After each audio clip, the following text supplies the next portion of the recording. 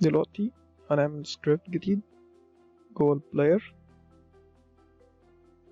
هيبقى اسمه البلاير هيلث. دلوقتي في البلاير هيلث احنا محتاجين نحدد حاجات معينة، زي البلاير ليه كام نقطة. عايزين نعمل أول حاجة الهيد بوينتس اللي البلاير هياخدها علشان يتدمر، هتبقى serialized field private.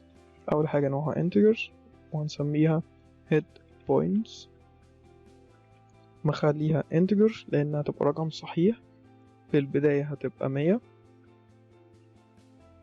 ممكن أخلي اسمها ال HP وقيمتها ب100، وأدي البلاير هيلث للاعب